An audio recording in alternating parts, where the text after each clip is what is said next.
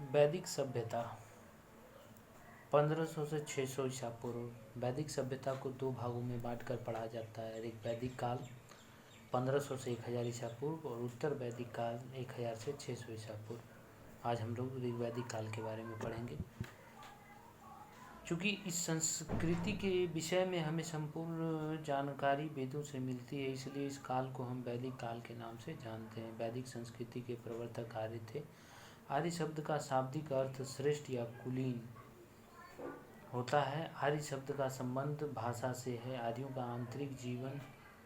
आर्यों का आरंभिक जीवन मुख्यतः पशुचारण का था। आर्य गोरे वर्ण के तथा लंबे होते थे, जबकि अनार्य काले वर्ण के थे। अनार्य, जिसे ऋग्वेद में दस्यु कहा गया है, संभवतः वे ही यहाँ के मूल निवासी थे। लोगों को आर्य बनाने के लिए विश्वामित्र ने गायत्री मंत्र की रचना की। ऋग्वेद भारत यूरोपीय भाषाओं का सबसे पुराना ग्रंथ है। इसमें इंद्र, अग्नि, मित्र, वरुण आदि देवताओं की स्तुतियाँ संग्रहित है। ऋग्वेद की अनेक बातें अवेस्ता से मिलती है। अवेस्ता ईरानी भाषा का प्राचीनतम ग्रंथ था। आर्यों के मूल निवास स्थान के बारे में इतिहासकार एकमत नहीं है। सर्वाधिक मान्य मत जर्मन विद्वान मैक्समूलर का है। उनके अनुसार आर्यों का मूल निवास स्थान मध्य एशिया था। अन्य विद्वानों के मत क्या है तो मैक्समूलर मध्य एशिया, अविनाश चंद्र दास सप्त सिंधु प्रदेश, बाल गंगाधर तिलक उत्तरी ध्रुव, दयानंद सरस्वती तिब्बत। आर्यों का भौगोलिक क्षेत्र। भारत में आर्यों ने सर्वप्रथम सप्त सिंधु प्रदेश में बसना प्रारंभ किया। ऐसा अनुमान लगाया जाता है कि आर्यों का प्रसार अफगानिस्तान से गंगा घाटी तक था। पर्वत। आर्य पर्वत से परिचित थे। हिमालय पर्वत का स्पष्ट उल्लेख हिमवंत के नाम से किया गया है। हिमालय के एक चोटी को मुजबंत कहा गया है, जो सोम वनस्पति के लिए प्रसिद्ध था। नदी। ऋग्वेद में नदियों की संख्या लगभग 25 बताई गई है। ऋग्वैदिक काल की सर्वाधिक प्रचलित नदी सिंधु का वर्णन कई बार आया है। गंगा नदी का 1 बार तथा यमुना का 3 बार उल्लेख हुआ है। ऋग्वैदिक काल की दूसरी सर्वाधिक पवित्र नदी सरस्वती थी। ऋग्वेद में सरस्वती को नदीतमा, नदियों में प्रमुख कहा गया है। कुंभा, काबुल और क्रुमू, जिसको खुर्रम बोलते हैं, अफगानिस्तान की नदी है। नदियों के नाम। पुरुषनी, रावी को बोला गया। बिपाशा, ब्यास को। शतुद्री, सतलज नदी को। अस्किनी, चेनाब नदी को कहा गया है। आर्य समुद्र से परिचित नहीं थे। ऋग्वेद में मरुस्थल के लिए धम शब्द आया है। क्षेत्र। प्रारंभिक साहित्य में केवल एक क्षेत्र गांधार का उल्लेख मिलता है, जिनकी पहचान आधुनिक पेशावर, रावलपिंडी जिलों से की गई है। गांधार क्षेत्र भेड़ के उत्तम ऊन के लिए प्रसिद्ध क्षेत्र था। राजनीतिक व्यवस्था। आर्य कई जनों में विभक्त थे। इनमें 5 जनों के नाम अक्सर मिलते हैं। अनु, यदु, पुरु, तुर्वस, दंत को पंच जन कहा गया है। राजनीतिक संगठन की सबसे छोटी इकाई कुल अथवा परिवार होता था। परिवार पितृसत्तात्मक था। परिवार का स्वामी पिता अथवा बड़ा भाई होता था, जिसे कुलब कहा जाता था। कई कुलों को मिलाकर ग्राम बनता था। इसका प्रधान ग्रामीणी कहलाता था। कई गांवों को मिलाकर विष बनता था। विष का प्रधान विषपति होता था। अनेक विषों को मिलाकर जन बनता था। इसका प्रधान जनपति या राजा होता था। ऋग्वेद में जन का 275 बार तथा विष शब्द 170 बार हुआ है। ऋग्वेद में सभा, समिति, विदथ, गण जैसे मुख्य कबीलाई परिषदों का उल्लेख मिलता है। अथर्ववेद में सभा समिति को प्रजापति की 2 पुत्रियां कहा गया है। विदथ आर्यों की सर्वाधिक प्राचीन राजनीतिक संस्था थी। सभा, यह वृद्ध एवं अभिजात लोगों की संस्था थी। समिति, यह केंद्रीय राजनीतिक संस्था थी। समिति में के अध्यक्ष को ईशान कहा जाता था। वैदिक युग में सामान्यतः राजतंत्र प्रचलित था। राजा की सहायता के लिए पुरोहित, सेनानी, ग्रामीणी प्रमुख अधिकारी थे। राजा समेत कुल 12 मंत्री होते थे।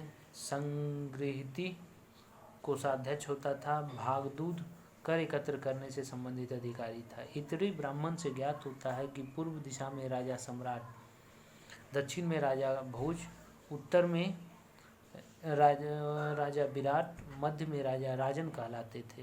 दशराज्य युद्ध भरत वंश के राजा सुदास एवं 10 अन्य राजाओं के बीच में हुआ था। इस युद्ध में सुदास की विजय हुई। भारत जन के नाम पर ही हमारे देश का नाम भारत पड़ा।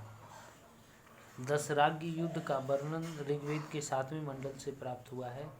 सामाजिक जीवन, सामाजिक संगठन का आधार गोत्र था। पारिवारिक प्रतिशतात्मक होता था। ऋग्वेद के 10वें मंडल के पुरुष सूक्त से वर्ण व्यवस्था, ब्राह्मण, क्षत्रिय, वैश्य, शूद्र की उत्पत्ति हुई है। स्त्रियों की स्थिति, ऋग्वैदिक काल स्त्रियों के लिए स्वर्ण काल था। शतपथ ब्राह्मण में पत्नी को अर्धांगिनी कहा गया है। वह पति के साथ यज्ञ कार्यों में भाग लेती थी। स्त्रियां शिक्षा ग्रहण करती थी। उनका उपनयन संस्कार भी होता था।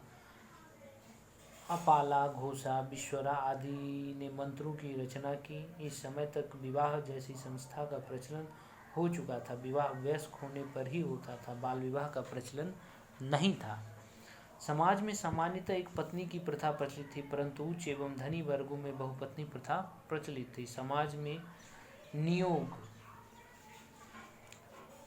प्रथा प्रचलित थी। नियोग का मतलब होता है इसके अंतर्गत पुत्र विहीन विधवा पुत्र प्राप्ति हेतु अपने देवर के साथ संबंध स्थापित करती थी। जीवन भर अविवाहित रहने वाली लड़कियों को अमाजु कहा जाता था। घोषा अविवाहित थी। भोजन तथा वस्त्र, आर्य शाकाहारी एवं मांसाहारी होते थे। आर्यों के भोजन में दूध, दही, घी, फल और सब्जियों की प्रधानता थी। आर्यों के भोजन में दूध और दूध से बनी हुई वस्तुओं की प्रधानता थी। इनके भोजन में नमक और मछली नहीं थी।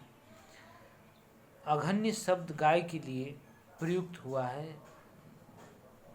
गोधन शब्द अतिथि के लिए प्रयुक्त हुआ है। दुहित्री शब्द पुत्री के लिए प्रयुक्त हुआ है। आर्य सोम और सुरा पेय पदार्थ को बोला जाता है, का पान करते थे। आर्यों के कपड़े सूत, ऊन और मृग चर्म के बनाए जाते थे। आर्य 3 प्रकार के वस्त्र पहनते थे। बास कमर से नीचे, अधिवास कमर से ऊपर और उसनीन पगड़ी होता था। स्त्रियां अंदरूनी वस्त्र के रूप में निबी पहनती थी।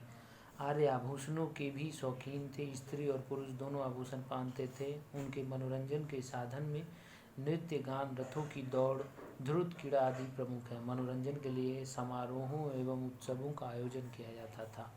आर्यों का आर्थिक जीवन, आर्यों की संस्कृति मूलतः ग्रामीण थी।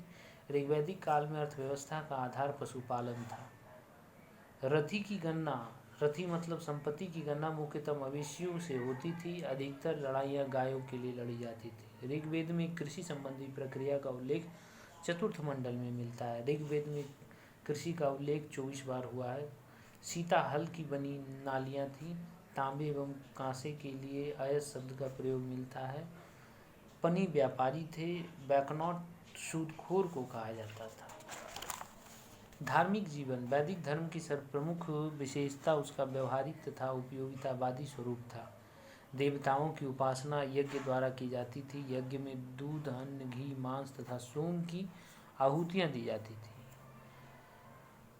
उद्देश्य क्या है तो देवोपासना मुख्यतः भौतिक कल्याण जैसे युद्ध में विजय, अच्छी खेती, संतान प्राप्ति आदि के लिए की जाती थी। ऋग्वेद में एक ईश्वरवाद, बहुदेववाद, सर्वेश्वरवाद की चर्चा मिलती है। ऋग्वेद में देवताओं की कुल संख्या 33 बताई गई है, जिसमें पुरुष देवताओं का प्राधान्य है। देवियों को अपेक्षाकृत गौण स्थान प्राप्त है। समस्त देव समूह में इंद्र, वरुण, अग्नि का सर्वाधिक महत्व है। इंद्र, ऋग्वेद में इंद्र का वर्णन सर्वाधिक महत्वपूर्ण देवता के रूप में हुआ है। इंद्र पर सर्वाधिक 250 सूक्त हैं। इंद्र को पुरंदर मतलब दुर्गों को तोड़ने वाला भी कहा गया है। अग्नि पर 200 सूक्त है।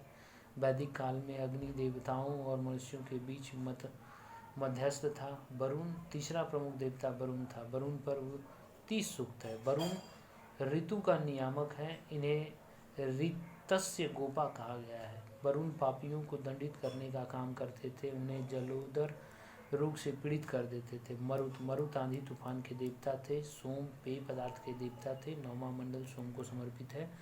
पूषण पशुओं के देवता थे जो मार्ग में इनकी रक्षा करते थे। देवियां में उषा सर्वाधिक महत्वपूर्ण देवी उषा थी, जो अरुणोदय की देवी थी। अरण्यघानी वन्य देवी थी। उर्वशी प्रसिद्ध वैदिक अप्सरा उर्वशी थी। यहाँ तक ऋग वैदिक काल समाप्त हो गया है। अब अगले वीडियो में हम उत्तर वैदिक काल प्रारंभ करेंगे। तब तक के लिए धन्यवाद।